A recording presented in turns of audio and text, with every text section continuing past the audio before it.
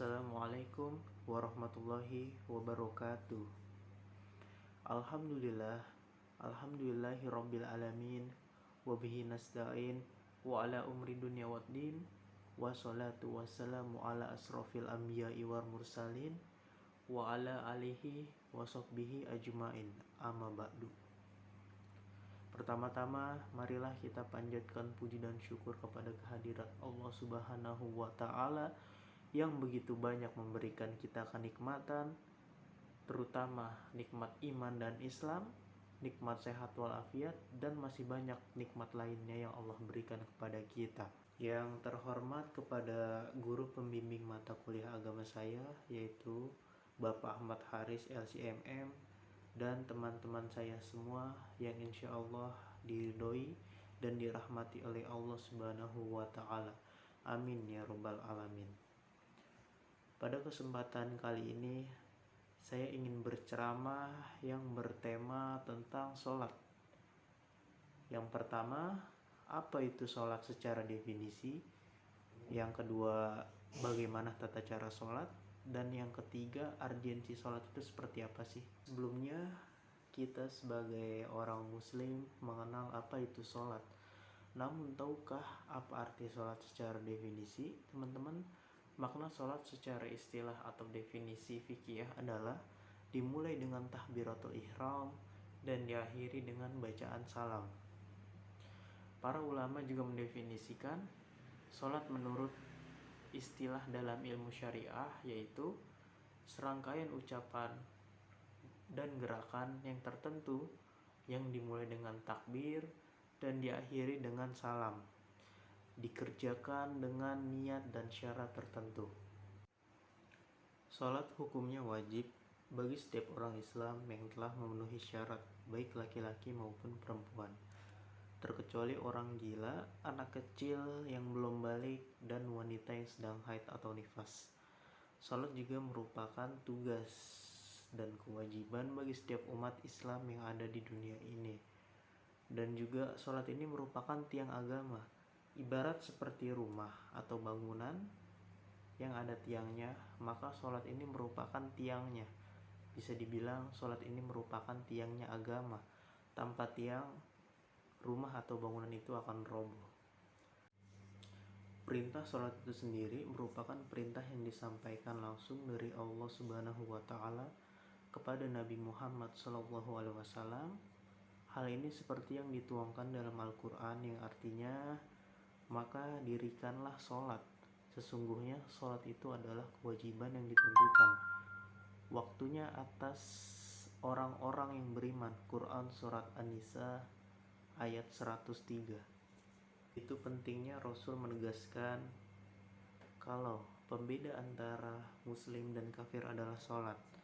Hal ini tertuang dalam hadisnya, yang artinya dari Jabir radhiyallahu anhu, saya mendengar Rasulullah SAW bersabda, batasan antara seorang muslim dan kafir adalah meninggalkan sholat. Hadis riwayat Muslim. Adapun rukun sholat yang harus kita ketahui. Kenapa?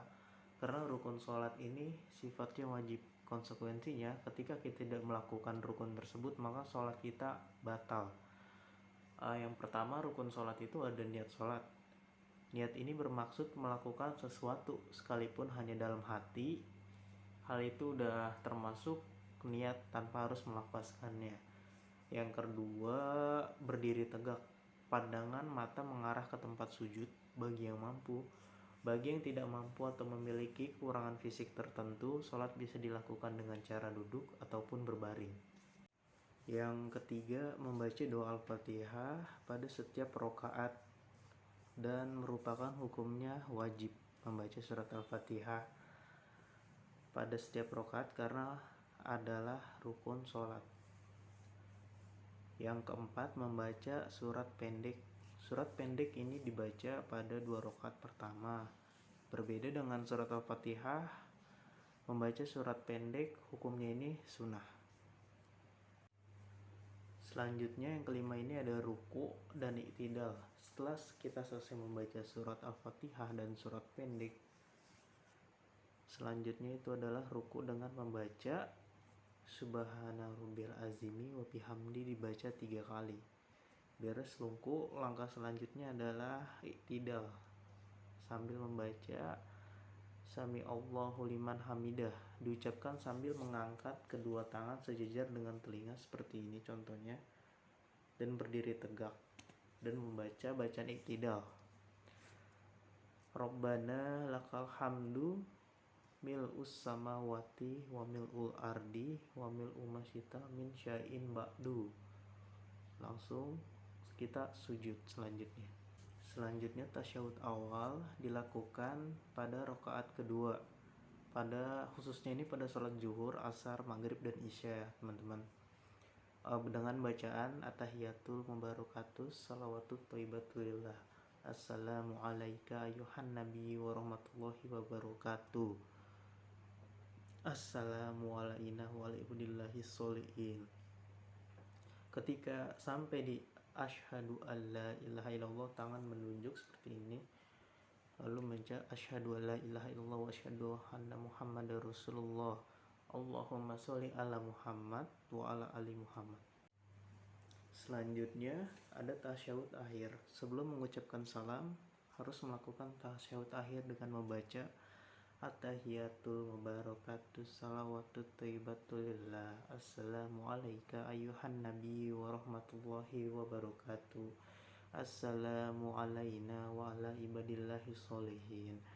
Asyhadu an la ilaha illallah wa asyhadu anna muhammadar rasulullah. Allahumma sholli ala Muhammad wa ala ali Muhammad kama sholaita ala Ibrahim wa ala ali Ibrahim wa barik ala Muhammad wa ala ali Muhammad kama barakta ala Ibrahim wa ala ali Ibrahim fil alamina innaka Hamidum Majid. Langsung salam. Selanjutnya kita akan masuk kepada pembahasan berikutnya mengenai urgensi sholat atau pentingnya sholat. Seperti yang sudah saya jelaskan di awal, kenapa sholat ini sangat penting, ibarat sebuah tiang pada pondasi suatu bangunan atau rumah. Qad aflaha man, sesungguhnya beruntunglah orang-orang yang beriman. Allazina hum fi sholatihim sahun, yaitu orang-orang yang khusyuk dalam sholatnya. Sholat ini merupakan salah satu sarana yang paling utama dalam hubungan antara manusia dengan Allah Subhanahu wa Ta'ala. Sholat juga merupakan sarana komunikasi bagi hambanya dengan Allah. Sholat ini mempunyai kedudukan yang sangat penting. Kenapa dibilang wajib dalam Islam? Karena sudah ada dalil-dalil di dalam Al-Quran yang menjelaskan bahwa sholat ini adalah ibadah yang wajib dan tidak bisa disejajarkan dengan ibadah-ibadah lainnya. Sholat adalah tolak ukur amal, yang berarti kualitas amal seseorang ditentukan oleh sholatnya. Hal ini disebutkan dalam hadis Rasulullah SAW yang diriwayatkan oleh Abu Daud dan Tirmizi, yang berbunyi, hal pertama yang akan dihisab kelak di hari pembalasan adalah sholat. Apabila baik sholatnya, maka akan baik pula amal-amal lainnya. Dan apabila sholatnya rusak, maka pula amal-amal lainnya akan rusak. Sholat adalah tiang agama. Hal ini juga disebutkan dalam hadis Rasulullah SAW yang diriwayatkan oleh Baihaqi. Sholat itu adalah tiangnya agama Islam, maka barang siapa mendirikannya, maka sungguh ia telah mendirikan agama Islam, dan barang siapa yang meninggalkannya, maka sungguh ia telah merobohkannya. Baik teman-teman, itulah beberapa materi ceramah yang dapat saya sampaikan mengenai sholat. Dan mudah-mudahan apa yang sudah saya jelaskan bisa bermanfaat buat kita semua. Kurang lebihnya mohon maaf, yang benar hanya milik Allah Subhanahu wa Ta'ala, dan yang salah itu datangnya dari saya. Kurang lebihnya mohon maaf. Wabillahi taufiq wa hidayah. Wassalamualaikum warahmatullahi wabarakatuh.